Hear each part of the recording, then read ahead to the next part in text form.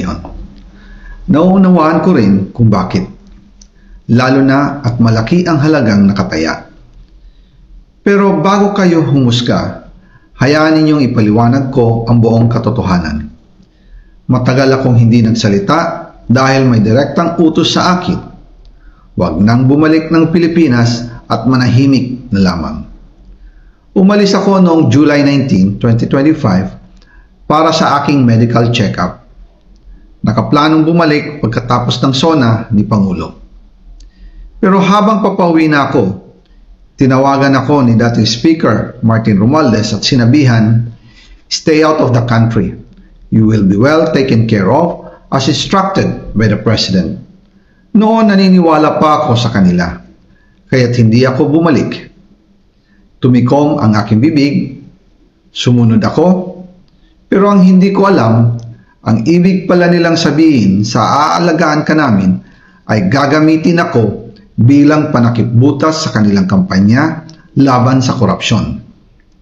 Ginawa nila akong poster boy ng kanilang sariling kasinungalingan.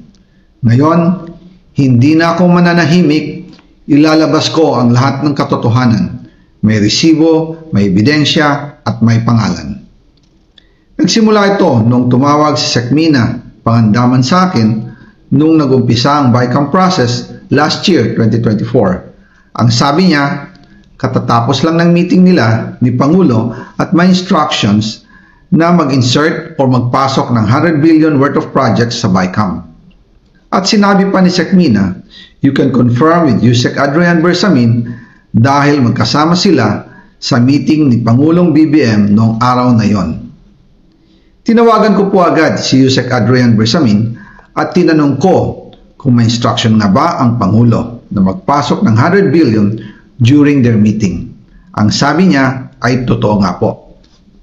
Right after our conversation, tinawagan ko po si dating Speaker Martin Romualdez at nireport ko ang instructions ng Presidente to insert the 100 billion projects.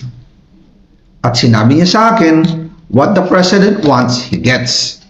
After ng ilang araw, nag-set po ng meeting si Sekmina Pangandaman at Yusek Adrian Bersamin sa amin ni dating Speaker Martin Romualdez sa Aguado Building in front of Gate 4 ng Malacanang at nandun din po si Yusek Jojo Cadiz. During the meeting, binigay po ni Yusek Adrian Bersamin ang listahan na worth 100 billion. Tinanong ko po si Yusek Adrian kung saan galing ang listahan. Ang sagot niya, galing kay PBBM mismo at binigay niya ito mula sa brown leather bag. Nung sinabi po ni Yusek Adrian Bersamin yung brown leather bag, naalala ko noong nasa Singapore kami right after the elections of May 2022 sa Hilton Hotel, kami ni dating Speaker Martin and PBBM habang pauwi at pabalik ng Pilipinas, hinabol ng PSG ang brown leather bag at ang sabi ni PBBM, maiwan na lahat, wag lang ang brown leather bag. Kaya naniwala ko na utos talaga ito ng Pangulo. Pagkatapos ng ilang araw, I informed sina dating Speaker Martin Romualdez, Sekmina Pangandaman, Yusek Adrian Bersamin, and Yusek Jojo Cadiz na kung pwede 50 billion lang ang ipasok sa program funds dahil so sobra ang DPWH funds versus sa DepEd. In practice, hindi pwede na mas malaki ang budget ng DPWH kaysa edukasyon. And yung balance na 50 billion, ilagay na lang sa unprogrammed funds for the 2025 budget. Dahil Office of the President din ang nagre-release ng lahat ng unprogrammed funds. Pagkatapos ng isang araw, tinawagan ako ni Sekmina at sinabi ang mensahe ng Pangulo. Ipasok ninyo yan dahil pinangako na sa akin ni Speaker Martin yan at hindi na pwedeng baguhin. Kumbaga, ang utos ng hari hindi pwedeng mabali.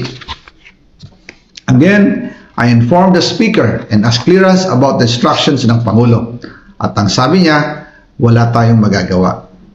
Kaya po nagtataka ako kung bakit sinasabi ni Pangulo na hindi niya makilala ang budget, samantalang lahat na binawas at dinagdag sa mga ahensya ng gobyerno ay humihingi ng approval sa kanya si Sekmina